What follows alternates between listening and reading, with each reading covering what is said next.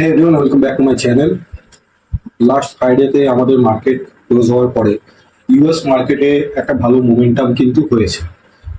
এটা কারণ স্বরূপ যেটুকু জানা যাচ্ছে যে গুগল এবং মাইক্রোসফটের রেজাল্ট বেরিয়েছে এবং সেই রেজাল্টে মার্কেটের যে এক্সপেকটেশন ছিল সেই এক্সপেকটেশনের থেকে তাদের পারফরমেন্স নাকি যথেষ্ট ভালো হয়েছে এবং সেই জন্যই কিন্তু ইউএস মার্কেটে আপনারা দেখতে পাবেন 153 পয়েন্টের একটা আপমুভ হয়েছে এবং S&P 500-এর 1%-এর কাছাকাছি একটা আপমুভ এবং নাসড্যাকের 2%-এর কাছাকাছি একটা আপমুভ।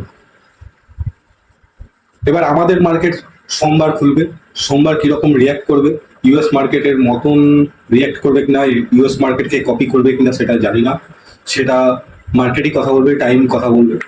কিন্তু আমাদের মার্কেটে যেটা সাপোর্টের মতন একটা তৈরি করে রেখেছে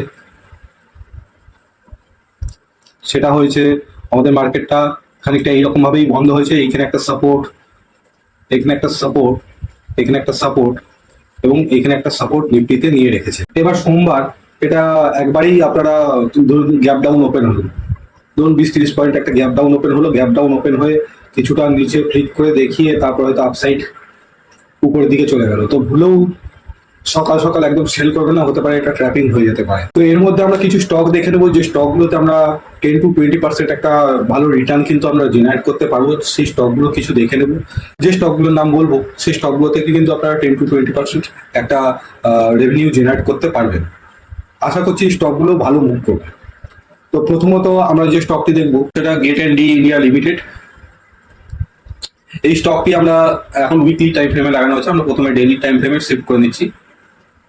ডেইলি টাইম ফ্রেমে আমরা যদি এটাকে ভালো করে দেখি, এটাতে একটা ব্রেকআউট হয়েছে, এটিতে একটা ব্রেকআউট হয়েছে। এই ব্রেকআউটের পর ব্রেকআউটটা ডাব্লু প্যাটার্ন বানিয়ে ব্রেকআউটটা দিয়েছে এবং এই ব্রেকআউটের পর এই কিন্তু আবার এই এরিয়াটাকে রিটেস্ট করতে আসছে, যেটাকে 1000-এর যে লেভেলটা রয়েছে সেই 1000-এর লেভেলটা কিন্তু রিটেস্ট করতে আসছে এবং রিটেস্ট করার পর এখানে যদি একটা বুলিশ কিছু বানায় সেক্ষেত্রে এটা কিন্তু আবার আপসাইডে যাওয়ার জন্য রেডি হবে। এর আগেও এই স্টকটি এরকমই কিছু প্যাটার্ন বানিয়েছিল যেগুলো আমরা উইকলি টাইম ফ্রেমে দেখবো। তো এই স্টকটিকে আপনাদের ওয়াচ লিস্টে রাখতে পারেন এবং যদি 1000-এর কাছাকাছি কোনো অ্যামাউন্টে পাওয়া যায় তাহলে অবশ্যই আপনারা এটাতে কিনতে পারেন। অবশ্যই দেখবেন যেন বুলিশ কিছু সাইন দেখেই তবেই কিনবেন। এবং উইকলি টাইম ফ্রেমে যদি আমরা শিফট করি, উইকলি টাইম ফ্রেমে আপনারা দেখতে পাবেন যে এটা কিন্তু একটা ব্রেকআউট দিয়েছে এবং এই ব্রেকআউটের পর দেখা হতে পারে যে এখানে একবার রিটেস্ট করবে, রিটেস্ট করে আবার আপসাইড এরকম হতে পারে, কারণ এর আগেও স্টকের হিস্ট্রি বলছে এরকমই করেছে। হিস্ট্রিগুলো আমরা যদি একবার দেখে নিই, দেখুন একবার এইখানেও কিন্তু একবার ব্রেকআউট হয়েছে, ব্রেকআউটের পর রিটেস্টের পর আপসাইড, আবার এইখানেও দেখুন তাই, ব্রেকআউটের পর আবার রিটেস্টের পর আবার আপসাইড। তো এই স্টকটিকে আপনারা আপনাদের ওয়াচ লিস্টে রাখতে পারেন। আপনারা একবার চার্ট প্যাটার্নটিকে ভালো করে রিড করার চেষ্টা করুন। এর পরবর্তী যে স্টকটি আছে সেটিতে চলে যাব। স্টক রয়েছে রামকৃষ্ণ ফোর্জ।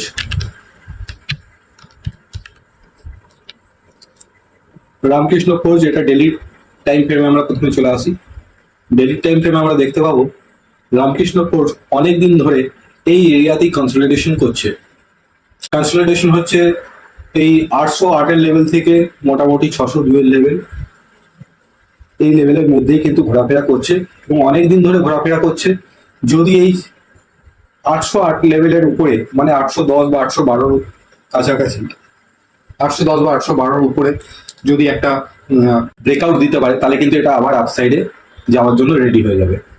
তো অবশ্যই এটাকেও আপনাদের ওয়াচ লিস্টে রাখতে পারেন। এটা আবার ডেইলি টাইম ফ্রেম থেকে, এই ডেইলি টাইম ফ্রেম থেকে আমরা একবার উইকলি টাইম ফ্রেমে একবার দেখবো। উইকলি টাইম ফ্রেমে আপনারা এক্ষুনি ভালো করে দেখুন স্টকটা এর আগেও তাই করেছে, হিস্ট্রি বলছে। স্টকটি দেখুন এখান থেকে একটা কন্টিনিউ আপমুভ, তারপরে এখানে কোথাও কনসলিডেট হয়ে তারপরে আবার আপমুভ, আবার এখন দেখুন এখানেই কনসলিডেট হচ্ছে। এখান থেকে যদি একবার ব্রেকআউট দেয় তখন কিন্তু আবার আপসাইড হওয়ার সম্ভাবনা কিন্তু প্রবল। তাহলে অবশ্যই এটাকে কিন্তু আপনাদের ওয়াচ লিস্টে রাখুন। ওয়াচ লিস্টে রাখলে অ্যাটলিস্ট যদি একটু বেশি দিন হোল্ড করতে পারেন, এটাতে কিন্তু একটা ভালো আপনারা অ্যামাউন্ট কিন্তু ভালো রেভিনিউ কিন্তু একটা জেনারেট করতে পারবে। দেখুন এখান থেকে যেখান থেকে এর আগে ব্রেকআউট দিয়ে গেছিল সেখান থেকে 349% কিন্তু রিটার্ন দিয়ে দিয়েছে, কিন্তু এটা সময় লেগেছে, প্রায় 1 থেকে 2 বছরের সময় লেগে গিয়েছে। যদি সেরকম টাইম ফ্রেম অনুযায়ী যদি আপনারা ধরে রাখতে পারেন তাহলে সেক্ষেত্রে এটা তো প্রফিট পাবে। কিন্তু যদি কারো মনে হয় যে আমাদের শর্ট টার্মে প্রফিট জেনারেট করতে হবে, তাহলে আপনাদের অ্যাকর্ডিং 10 to 15% কি 20% যার যেটা ঠিক মনে হয় সে সেই অনুযায়ী প্রফিট নিয়ে বেরিয়ে যাবেন। ওকে, এরপরে আমরা পরবর্তী স্টকটি দেখে নিই। পরবর্তী স্টকটি হচ্ছে ইন্ডিয়ান ব্যাংক। ইন্ডিয়ান ব্যাংকে আমরা চলে আসলাম। ইন্ডিয়ান ব্যাংকের উইকলি টাইম ফ্রেমে চার্টটা লাগানো আছে। আমরা প্রথমে ডেইলি টাইম ফ্রেম শিফট করি। ডেইলি টাইম ফ্রেমে আমি আপনাদেরকে একটা ভালো জিনিস দেখাচ্ছি, সেটা হচ্ছে এটা একটা ভালো চার্ট প্যাটার্ন তৈরি হচ্ছে।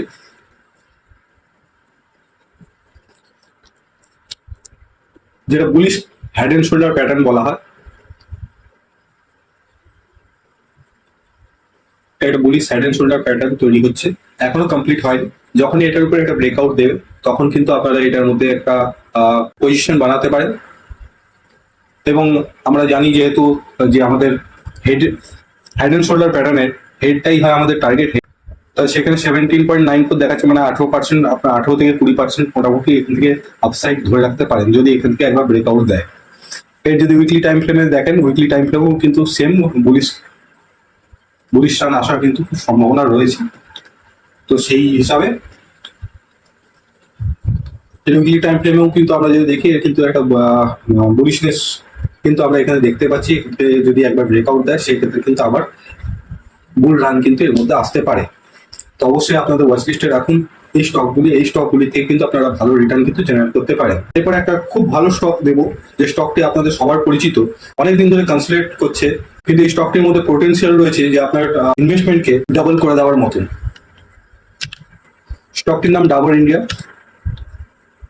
ডাবর ইন্ডিয়া স্টকটি যদি আমরা দেখি, একটু ছোট করতে হবে চার্টটিকে, ছোট না করলে হয়তো আপনার বুঝতে পারবেন না। দেখুন এখানে উইকলি টাইম ফ্রেমে আমরা দেখছি, এই উইকলি টাইম ফ্রেমে কিন্তু যে চার্ট প্যাটার্নটা বানিয়ে রেখেছে সেটা কিন্তু অলমোস্ট এইরকম। তো এটা কিন্তু একটা বুলিশ ফ্ল্যাগ হিসাবে আপনারা ধরতে পারেন।